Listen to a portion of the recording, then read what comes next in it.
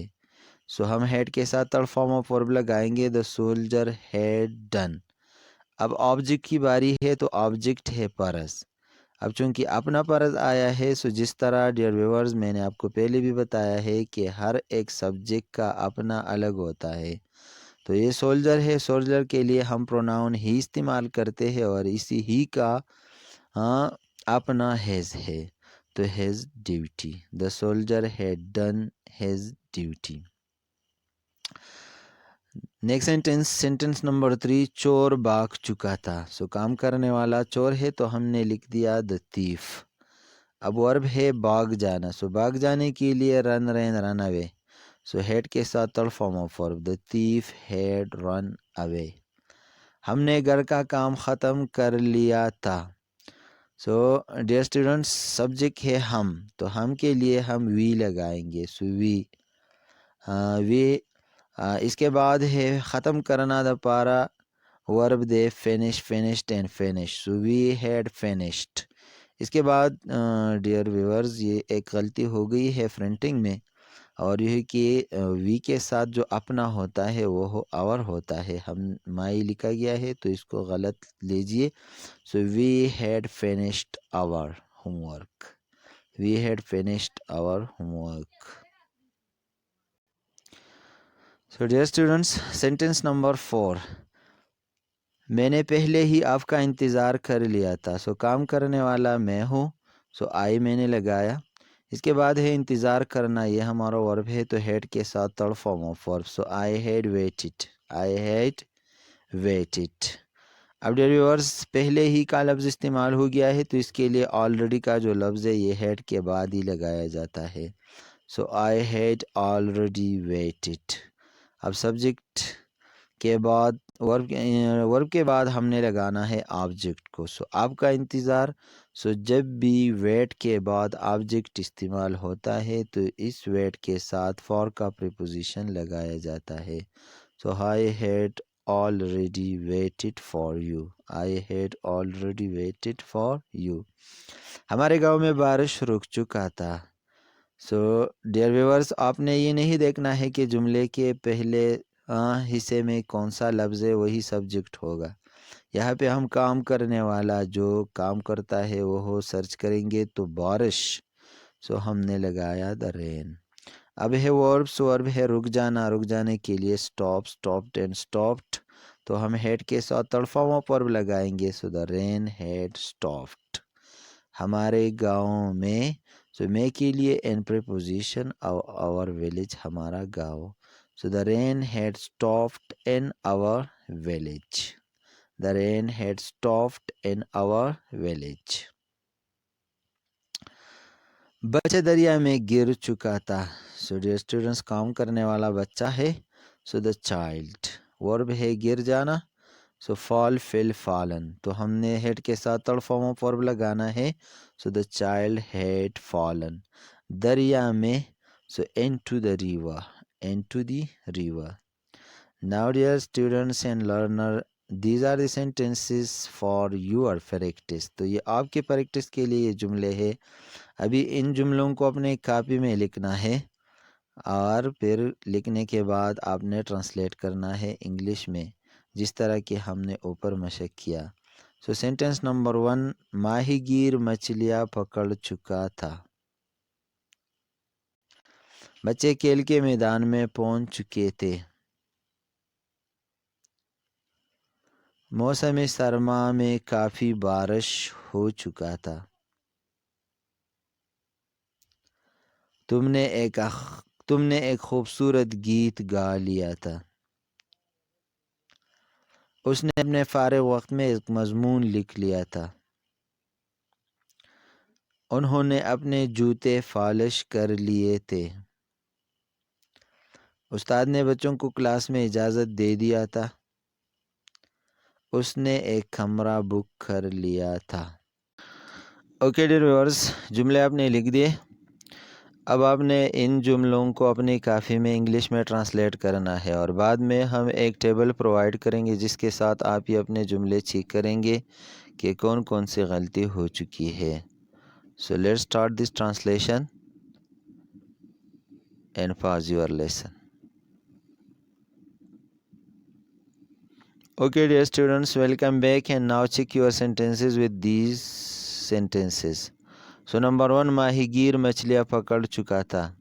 ماہی the fisherman, پکڑنا had caught, اور مچھلیاں fish. The fisherman had caught fish or the fisherman had fished.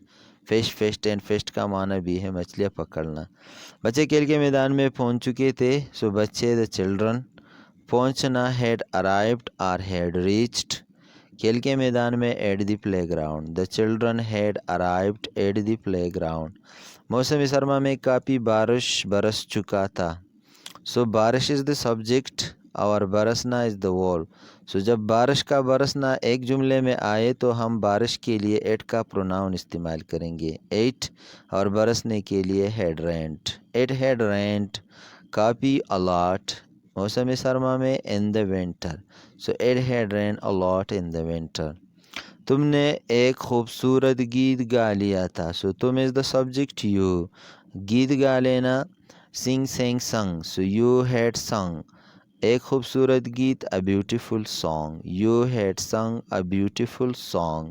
اس نے اپنے پارے وقت میں ایک مضمون لکھ دیا تھا. سو اس نے ہی لکھ دینا write wrote written. So he had written ایک مضمون an essay اپنے پارے وقت میں in his spare time.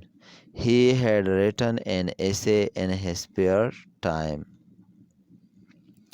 سو انہوں نے اپنے جوتے پالش کر لیے تھے. انہوں نے دے پالش کرنا had polished اپنے جوتے their shoes. They had polished their shoes. استاد نے بچوں کو کلاس میں اجازت دے دیا تھا. استاد the teacher اجازت دینا had allowed. بچے the children کلاس میں in the class. The teacher had allowed the children in the class. اس نے ایک کمرہ بک کر دیا تھا. سو اس نے ہی بک کر دینا had booked کمرہ a room. We had booked a room. So dear viewers and students آپ نے جملے لکھ دیے ٹرانسلیٹ کر دیے اس کے بعد چیک بھی کر دیے. بہت کچھ سیکھ لیا ہوگا انشاءاللہ. اگلے سبق میں ہم انہی جملوں کو نیگیٹیو انٹراگیٹیو میں کنورٹ کریں گے اور ان میں استعمال ہونے والے آرٹیکلز اور پریپوزیشن کے رول کو سمجھ پائیں گے.